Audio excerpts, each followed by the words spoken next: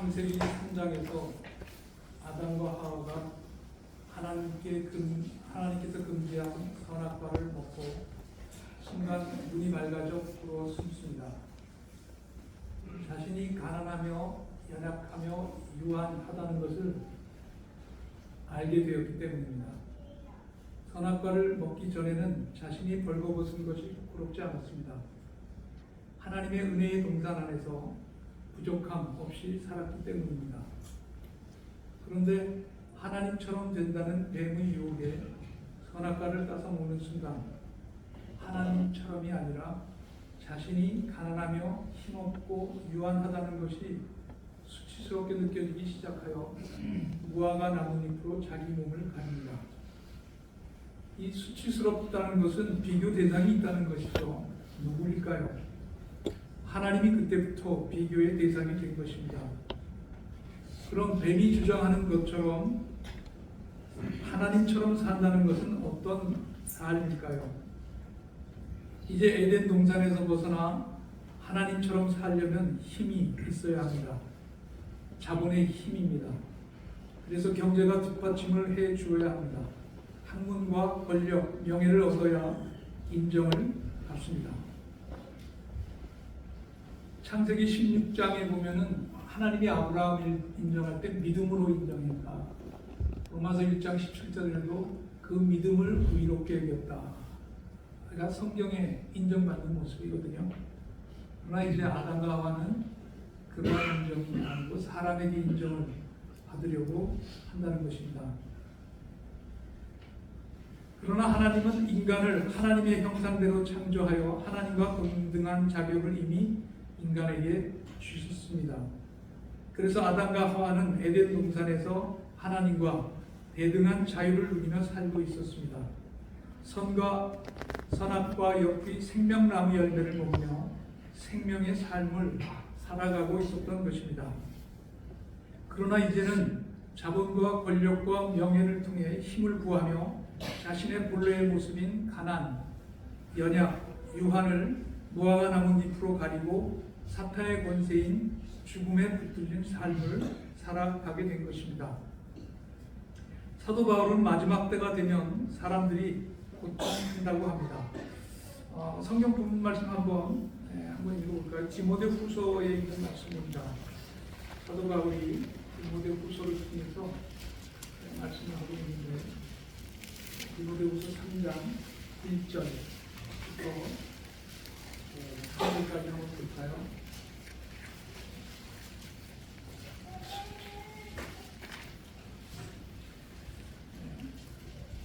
1절에서 5절부터니까 좀 긴데 이것도 교독해로 했습니다. 제가 먼저 1절을 읽겠습니다.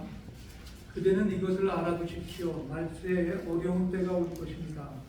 사람들이 자기를 사랑하며 돈을 사랑하며 공의하며 분만하며 하나님을 모독하며 부모에게 순종하지 아니하며 감사할 줄 모르며 불명스러우며 부정하며 원한을 풀지 아니하며 비방하며 절제가 없으며 난폭하며 선을 좋아하지 아니하며 배신하며 공모하며 자랑하며 하나님보다 배를 더 사랑하며 같이 읽겠습니다. 겉으로는 경건하게 보이나 경건함의 능력은 부인할 것입니다. 그대는 이런 사람들을 멀리하십시오.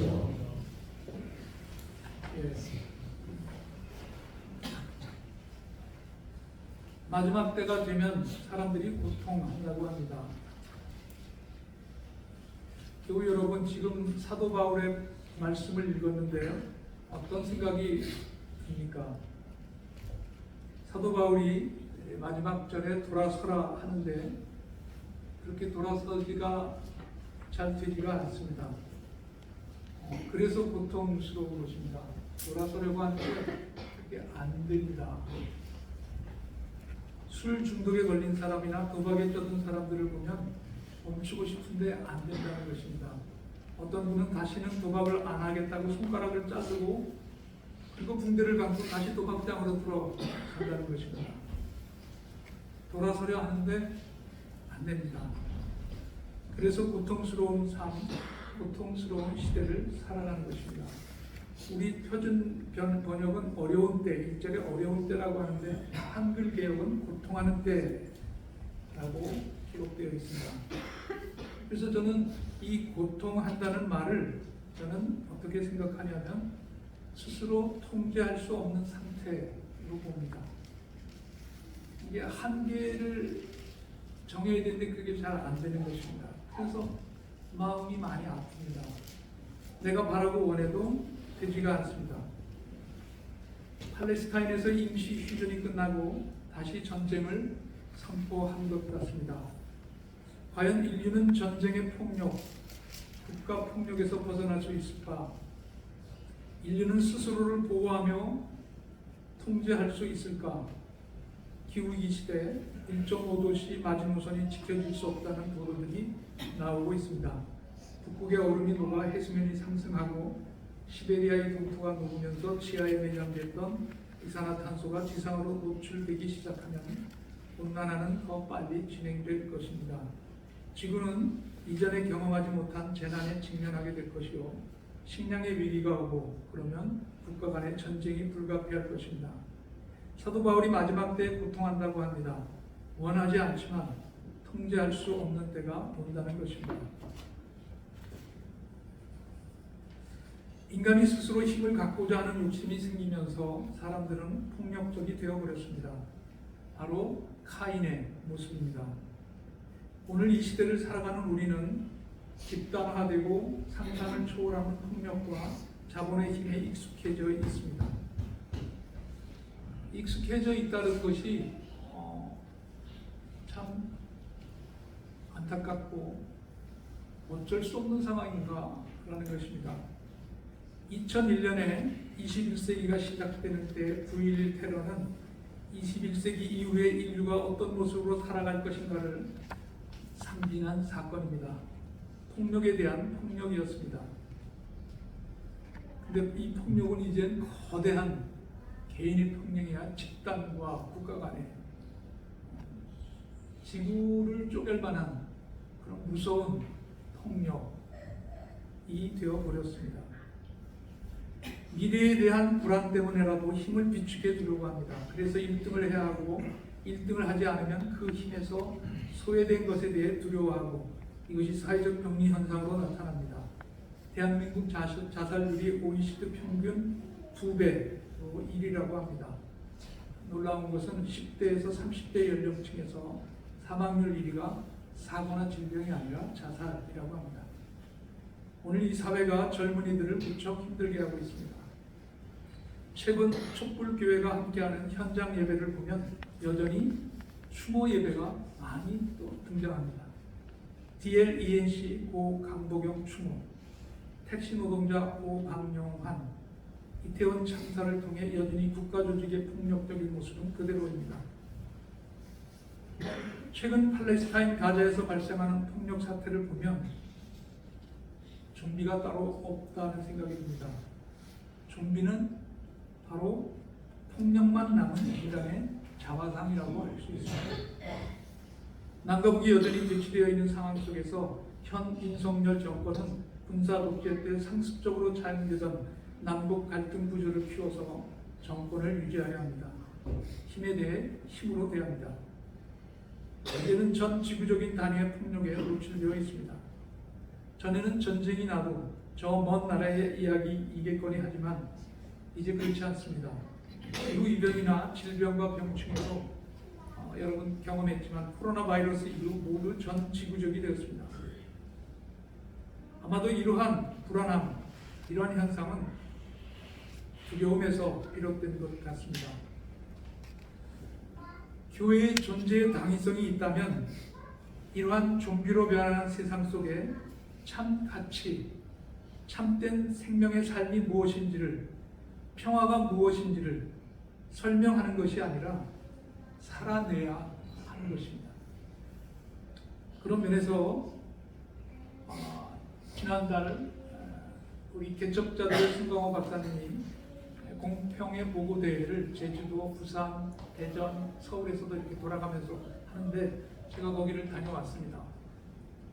여러분 알겠지만 이 요나의 고래라는 배를 타고 그 조그만 작은 요트를 타고 개척자들이 부산, 제주도, 오키나와, 대만을 돌아가는, 그래서 그 삼각지점을 공평과 평화의 해라고 선언하고 아무도 알아주지 않는, 그러나 그 섬을, 그 도시를 120일간 돌았습니다. 그 보고대회 때 그 송강호 박사님이 한 얘기가 있습니다. 이 공평해는 국가 개념을 넘어서는 인류의 가족 개념입니다. 제가 충격을 받았습니다. 국가라고 하는 경계가 있지만 저는 국가의 개념을 무시합니다. 그건 다시 말하면 국가의 폭력이 인류 역사에 어떻게 자행되는지를 알고 이제는 평화를 선언하면서 가족의 평화, 대만의 그 섬에 군사기지가 들어온 그곳의 가족들의 평화, 오키나와의 평화, 또 제주도에 군사기지가 들어온 강정마을의 평화, 그 가족들의 평화의 단위를 묶어서 인류를 평화의 단위로 나아가자고 하는 참 놀라운, 우리가 발상하지 못한 개념을 실천한 것입니다. 국가 개념에서 이제는 가족 개념으로 넘어가지 않는다면 인류의 모습은 어떨까라고 하는 질문을 송강호 박사님이 우리에게 던진 것입니다. 사람들은 자신의 본래 모습인 가난, 연약, 유한함을 무화과 나뭇잎으로 가리고 살아갑니다. 인류 문명의 역사가 바로 무화과 나뭇잎입니다. 과학, 예술, 철학 등 그 모든 것으로 인류의 역사를 치장하며 살아갑니다. 그래서 항상 문화는 바뀝니다. 패션이 바뀌듯이 문학과 예술, 종교를 통해 인간의 정서를 충족합니다. 이것을 우리는 인간의 풍요로 바라봅니다. 그러나 그것만 가지고는 인간의 본질인 참 자유, 영적 안식, 평화를 맛보며 살지 못합니다. 그래서 항상 끊임없이 바꿉니다. 서로 비교하며 우위를 점해야 산다는 뱀의 논리가 세상을 지배합니다. 그러나 에덴에서 아담과 하와는 하나님보다는 힘이 없지만 하나님과 동등함을 인정받으며 살았습니다. 단지 인간이 하나님과 구별이 된다면 하나님은 주인이고 인간은 청지기입니다. 근데 거기에 아무런 불편이 없는 것입니다. 뱀의 유혹에 넘어간 것입니다. 여러분, 유한하고 연약하고 부족한 것이 나쁜가요? 한번 잘 생각해 보세요. 누가 나쁘다고 했나요? 우리의 마음의 심리 아닌가요? 누가 주어준 심리인가요? 믿음이 아니라. 한계와 연약함은 하나님의 창조의 선한 모습입니다. 그러나 뱀은 자꾸 벌거벗은 것이 나쁜 것처럼 더 좋은 것이 있다고 충동을 합니다. 그러나 하나님은 그 연약하고 유한한 경계가 있는 각자에게 아름다움을 부여하였습니다. 유한한 것에는 충만함이 있습니다. 각기 색과 향과 맛에 따라 자기 발현을 자유롭고도 평화롭게 하는 것입니다. 꽃들은 꽃대로, 나비는 나비대로, 새와 물고기, 하늘의 달과 별들, 발에 채이는 불풀이, 물방울 하나까지. 하나님은 유한한 피조물의 우주적이고도 역사적인 하모니를 통해 충만한 우주를 창조하셨는데 뱀이 이 피조의 한계를 나쁘다고 합니다. 깨뜨리려고 합니다. 뱀의 유혹에 넘어가 스스로 무너져 무화과 나뭇잎으로 꾸러움을 가리는 아담과 하와에게 하나님께서는 짐승의 가죽으로 옷을 만들어 입혀 주었습니다. 이 가죽으로 옷을 만들어 입힌 것이 바로 종말의 사건입니다. 종말적인 사건입니다. 하나님이 이 세상에 인간의 허구적인 폭력적인 문명에 직접 개입해 들어오셨습니다. 이것이 바로 종말의 시작인 것입니다. 바로 예수 그리스도가 십자가에 달려 죽음으로 뱀에 의해 기울어진 삶의 모든 것을 멈추게 하셨습니다. 인류의 문명 앞에 질주하는 문명 앞에 십자가가 그 문명을 멈추게 한 것입니다.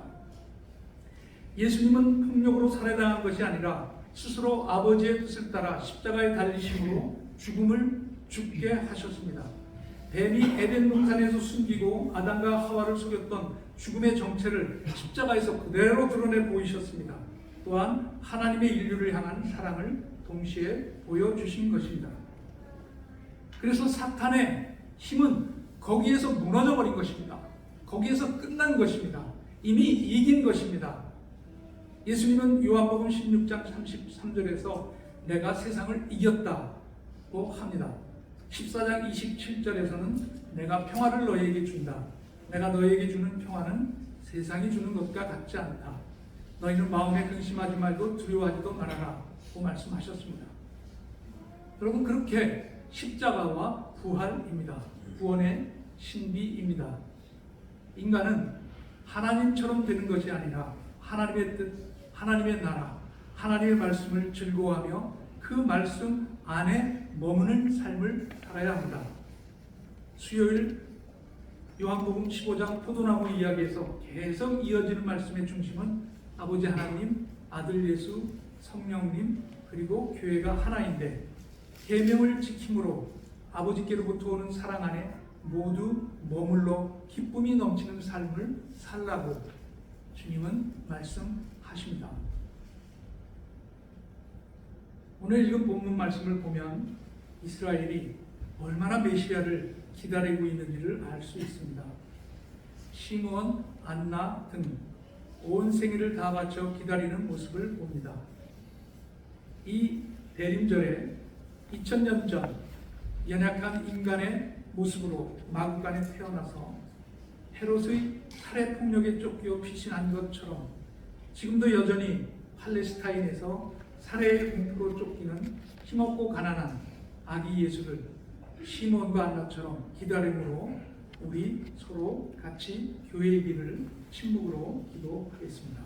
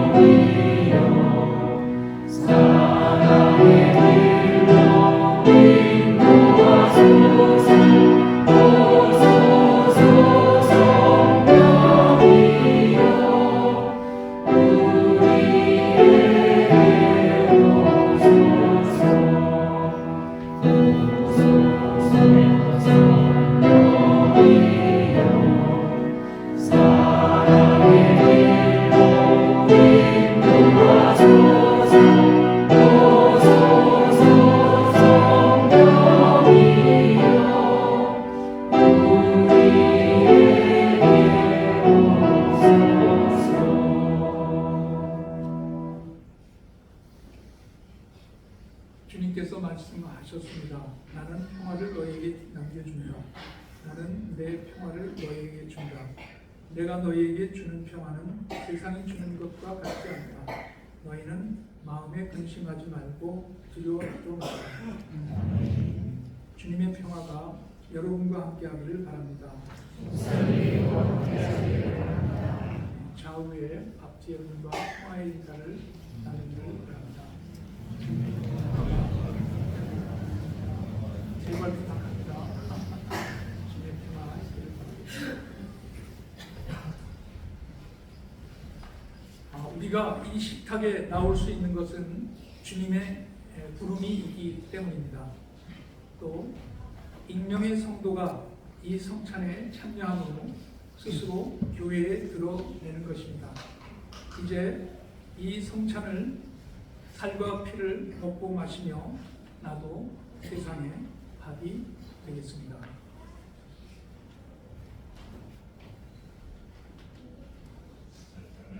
이 식탁은 우리가 그리스도의 몸에 참여하는 초대입니다.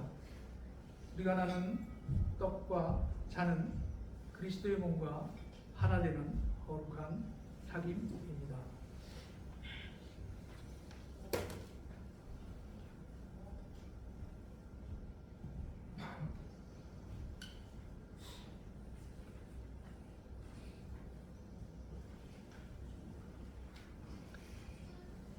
주 예수 그리스도께서 잡히시던 날 밤 떡을 가지사 축사하시고 떼어 주셨습니다. 나도 지금 주의 이름으로 이 떡을 나누며 십자가에 달리신 주의 몸을 기념하여 주의 성찬에 참여하기를 바랍니다. 기도하겠습니다. 아버지 하나님, 세우신 뜻에 의지하여 주의 성찬상을 베풀고 떡을 나누고자 하노니 이 떡이 신령한 영생의 떡이 되게 하시기를 예수님의 이름으로 기도합니다.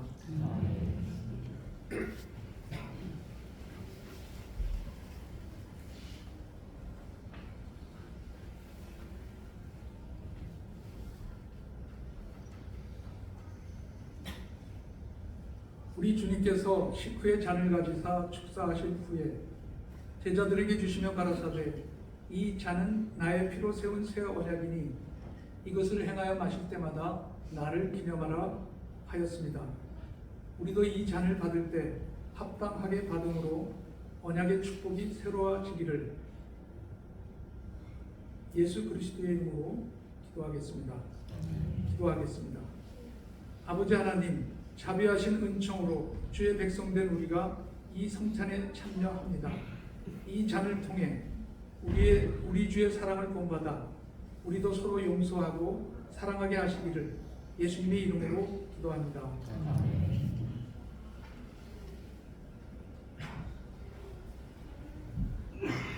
성찬위원들 나와주십니다.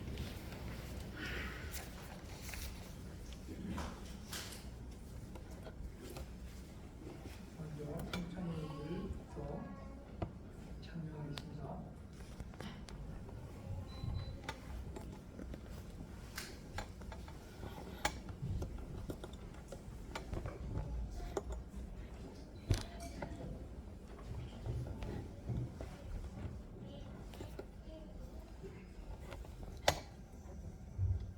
그리스도의 피, 그리스도의 보혈입니다.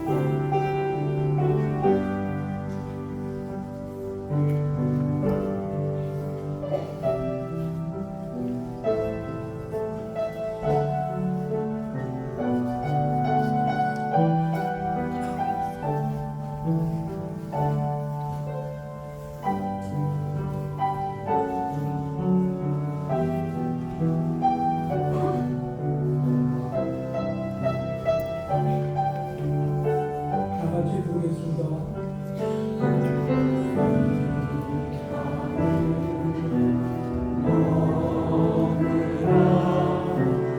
생명의 양식 주신 주님 이 자를 마셔라 구원의 길 비추시네 이 밤을 먹으라 생명의 양식 주신 주님 이 자를 마셔라 구원의 길 비추시네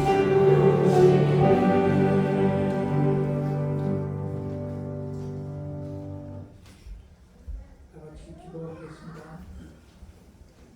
거룩하신 아버지 하나님, 자비하신 은총으로 주의 백성된 우리가 이 성찬에 참여케 하시고 사죄와 구원의 은혜를 새롭게 하여 주심을 감사합니다.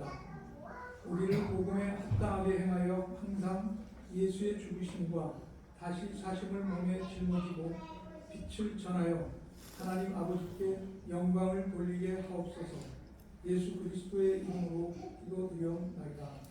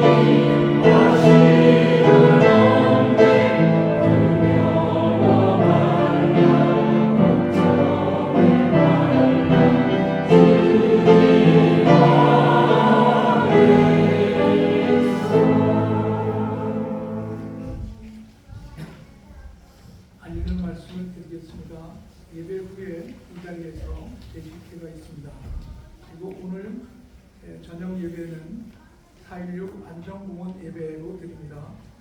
교회에서는 3시 40분에 출발하겠습니다. 날씨가 쌀쌀하죠. 안정공원 그 야외에서 예배를 드리니까 오늘 좀 따뜻하게 그렇게 복장을 챙기시고 오시면 좋을 것 같습니다. 우리 성탄절 일정입니다. 우리 서로 같이 아기 예수 평화입니다. 다음 주 10일 그리고 월요일부터 연속 친목 기도회가 있습니다. 오전 10시에서 저녁 10시까지. 이거 다 하라는 게 아니고 1시간씩 쪼개서 나누면서 합니다. 여러분 웬만하면 참여 좀 하시죠. 좋은 말 할 때. 왜 안 합니까? 왜 기도 안 합니까? 여러분 하나님 앞에 이 대림의 기간에 침묵으로 시간표를 붙여놓겠습니다. 제가 시간표 붙여놓은 걸 오늘 깜빡했네요.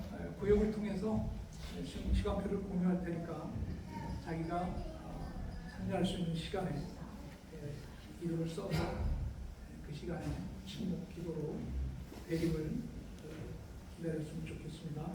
마국간 정등 예배는 다음 주 저녁 7시입니다.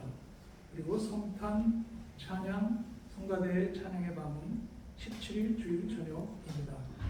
그리고 세월호 가족과 함께하는 성탄 예배는 21일 목요일입니다. 가족협의회 주차장입니다. 그래서 아마 그날은 실내에서 실내 공간에서 늘 드렸거든요. 그렇게 기억하시면 좋겠고요. 성탄 전야 기간별 감사 발표는 24일 이건 24일 주일 저녁 7시입니다. 그리고 성탄 감사 예배는 월요일 날 오전 11시 30분 이렇게 기억해 주시면 좋겠습니다. 그리고 하나 더 광고할 것은 그 홍천 감리교회 도농협회 동명교회 박순홍 목사님께서 쌀라면을 또 보내왔습니다.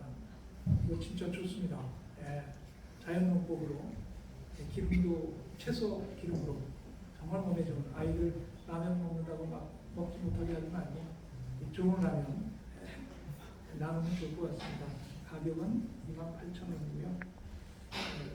그렇게 비싸지 않다. 이 정도면 비싸지 않다고 기억하셔서 가게에 가서 구입하고 교회 계좌에 입금하면 됩니다. 다음 주일 예배 순서 기억해 주시면 좋겠습니다. 이제 다 같이 일어나셔서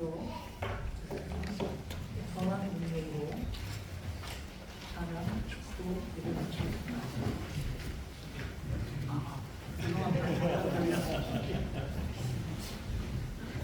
우리 들어오실 성기성 목사님 같이 예배에 참석했습니다.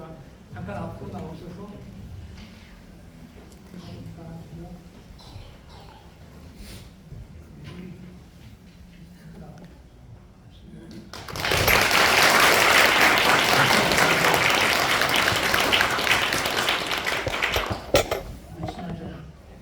잘생겼죠?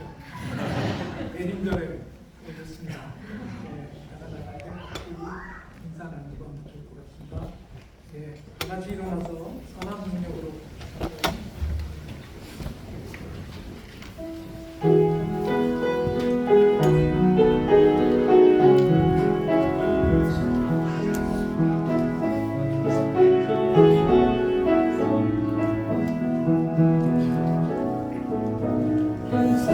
선한 이름으로